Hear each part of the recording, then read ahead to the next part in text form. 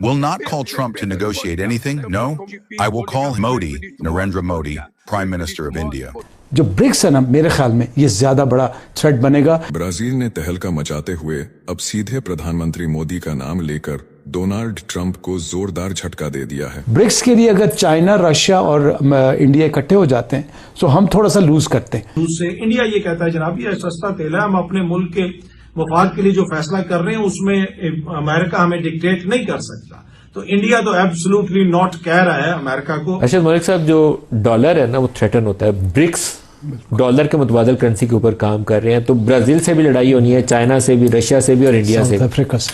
लेकिन लगता कुछ इस तरह से है कि गालिबन इंडिया अपने स्टांस से पीछे नहीं हटेगा। प्रिंसिपली अगर देखा जाए तो किसी भी मुल्क को यह इख्तियार नहीं है कि किसी मुल्क को यह कहे कि तुम दूसरे मुल्क के साथ क्यों ट्रेड कर रहे हो। यह बिल्कुल इलॉजिकल बात है, किसी भी मुल्क की सॉवरेनिटी से मुतालिक ये कोई अच्छी बात नहीं है। मुतबादल एनर्जी और वो जो मुतबादल करेंसी बनाने की कोशिश कर रहे हैं, लोकल करेंसी में ट्रेड करने एनडीबी बैंक भी बन गया जिसमें 50 बिलियन भी आ गए और उसमें जो लोन है वो लोकल करेंसी में दिए जाएंगे। सो IMF और वर्ल्ड बैंक को भी काउंटर करने की कोशिश। इस वक्त अमेरिकन प्रेसिडेंट जिस तरीके से दुनिया को ट्रीट कर रहे हैं, हमें गालियां मत दीजिए, हमसे आपको कोई प्रॉब्लम है तो आप हमें वो बता दीजिए, मगर गालियां ना दे। इसका मतलब है पब्लिक इनको गालियां दे रही है। उसमें उन्होंने जिक्र किया है कि अमेरिका अभी भी रूस से चीजें खरीद रहा है, यूरोपीय यूनियन रूस से चीजें खरीदती है, वो गैस लेते हैं, उनसे दीगर चीजें लेते हैं, उनका ट्रेड इतना ज्यादा है, आप हमें क्यों मना कर। तो दोस्तों, डोनाल्ड ट्रंप ने टैरिफ बढ़ा दिए हैं ब्राजील के ऊपर, और ब्राजील के ऊपर अब जो टैरिफ पहले 40% थी वो 50% हो गई, और उसको लेकर के कुछ बात हो रही थी। तो डोनाल्ड ट्रंप ने कहा कि हमसे बात कर सकते हैं जो ब्राजील के प्राइम मिनिस्टर हैं वो। तो ब्राजील के प्राइम मिनिस्टर ने रिप्लाई किया कि अगर हमको बात करनी है तो हम डोनाल्ड ट्रंप से ही क्यों करेंगे, हम इंडिया और इंडिया में पीएम मोदी के साथ और शी जिनपिंग के साथ, यानी कुल मिलाकर जो ब्रिक्स मेंबर्स हैं उनके साथ क्यों ना करें, ट्रंप के साथ ही क्यों करें। इंडिया ना सिर्फ तेल खरीद रहा है बल्कि वो तेल खरीद के ओपन मार्केट में बेच रहा है, प्रॉफिट कमा रहा है। इंडिया को तेल नहीं खरीदना चाहिए रूस से। इंडिया ये कहता है जनाब ये सस्ता तेल है, हम अपने मुल्क के मफाद के लिए जो फैसला कर रहे हैं उसमें अमेरिका हमें डिक्टेट नहीं कर सकता। तो इंडिया तो एब्सोल्युटली नॉट कह रहा है अमेरिका को। अब उसके ऊपर जो ट्रंप ने बयान जारी किया उसके ऊपर इंडिया का एक रिस्पांस भी आया, वो भी मैं आपके साथ शेयर करता हूं। लेकिन एक चीज बिल्कुल वाज़ेह है कि ये ट्रंप कोई पाकिस्तान की मोहब्बत में नहीं कर रहा।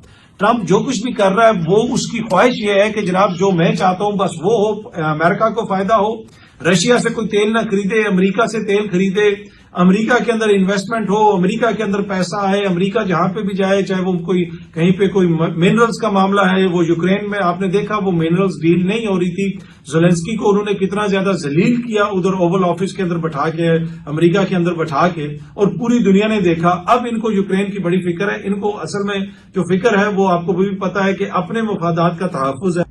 अब इंडिया ने जो आगे से उनको जवाब दिया है उसमें उन्होंने ये बताया कि इंडिया को टारगेट किया जा रहा है अमेरिका की जानिब से। उसमें उन्होंने जिक्र किया है कि अमेरिका अभी भी रूस से चीजें खरीद रहा है, यूरोपीय यूनियन रूस से चीजें खरीदती है, वो गैस लेते हैं, उनसे दीगर चीजें लेते हैं, उनका ट्रेड इतना ज्यादा है, आप हमें क्यों मना कर रहे हैं कि जी हम ना खरीदें। जो इंडिया ने 5-6 पॉइंट्स लिख के दिए हैं, इसमें उन्होंने लिखा है जो पॉइंट नंबर 2 है बड़ा इंपॉर्टेंट है कि India's imports are meant to ensure predictable and affordable energy cost to the Indian consumer। उन्होंने कहा जी हमारा जो मसला है कि हमने अपने शहरी को सस्ता ईंधन फराहम करना है, वो हमारा जो है इंडिया का मेन मकसद है।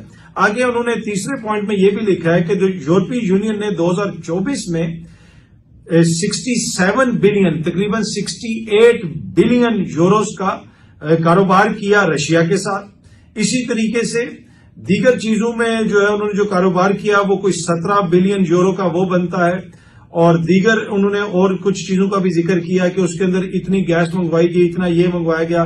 तो काफी ज्यादा चीजें यूरोपीय यूनियन के जो ममालिक हैं वो रशिया से लेते हैं।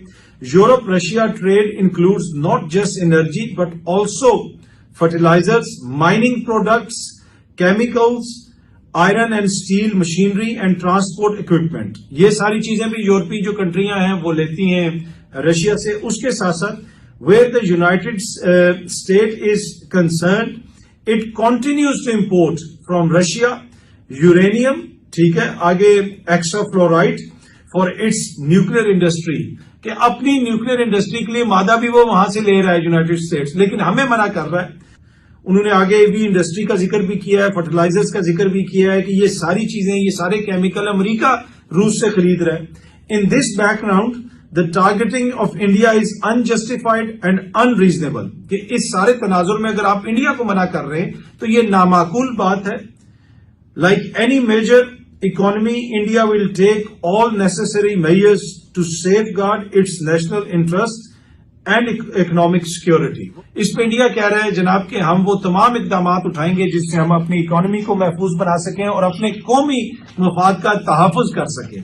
तो मेरे ख्याल में इंडिया ने ये जो जवाब दिया है अमेरिका को, उन्होंने अपने कौमी मफाद को सामने रख के दिया है। कि अभी कल की बात है, पंजाब के जो आईजी साहब है उनके वीडियो भी बड़ी वायरल है, उनका एक इंटरव्यू के क्या वो कहीं पे बात कर रहे हैं, वो कह रहे हैं कि पब्लिक से कि जी आप हमें गालियां मत दीजिए फोर्सेस को, और हमें गालियां मत दीजिए, हमसे आपको कोई प्रॉब्लम है तो आप हमें वो बता दीजिए, मगर गालियां ना दे। तो इसका मतलब है पब्लिक इनको गालियां दे रही है।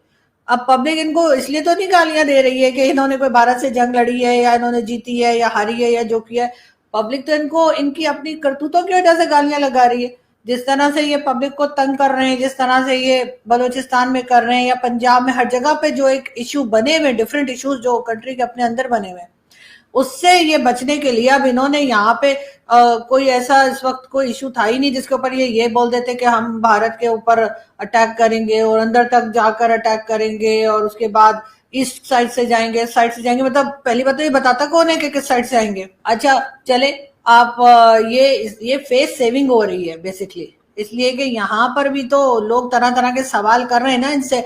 आपसे पहले भी मेरी बात हुई थी, एक तरह वो आज भी सफाइयां दे रहे हैं, वो DGISPR साहब का आज एक स्टेटमेंट और भी आया है कि नहीं जी जो फील्ड मार्शल साहब हैं वो प्रेसिडेंट बनने नहीं जा रहे हैं और वो खबर वैसे ही है करके। तो ये दोबारा सफाइयां देने की जरूरत क्यों पेश आ रही है? और ऐसा कोई सवाल हुआ था उनसे जो वो कह रहे हैं कि हम भारत को किस तरफ से जाके अटैक करेंगे, अगर भारत ने दोबारा से ऑपरेशन सिंदूर किया तो हम ये कर देंगे वो कर देंगे। इस तरह की स्टेटमेंट्स चलती हैं, इनको हम लोग सीरियसली नहीं लेते। आई एम श्योर कि इनको भारत में भी सीरियसली नहीं लिया जा रहा होगा। और दूसरा ये जो आपने मैडम शुरू में कहा है कि बेसिकली पाकिस्तान ये सारी बातें डिस्ट्रैक्शन की वजह से कर रहा है और पाकिस्तान सारा टाइम चाहता है इंडिया पाकिस्तान जो है वो लड़ाई जारी रहे ताकि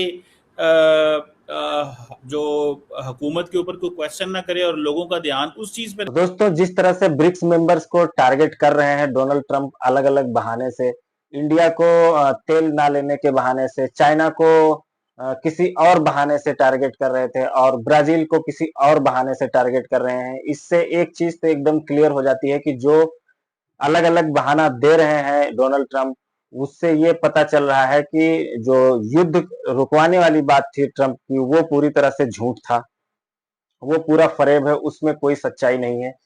मेन बात यह है कि ब्रिक्स का जो एक इतना बड़ा ग्रुप बना है, इससे जो है वो सबसे ज्यादा चिढ़े हुए हैं डोनाल्ड ट्रंप। और जब ब्रिक्स करेंसी की बात आती है तो जैसा कि सबको पता है, जब ब्रिक्स करेंसी की बात आती है तो सबसे ज्यादा आग लग जाती है डोनाल्ड ट्रंप को।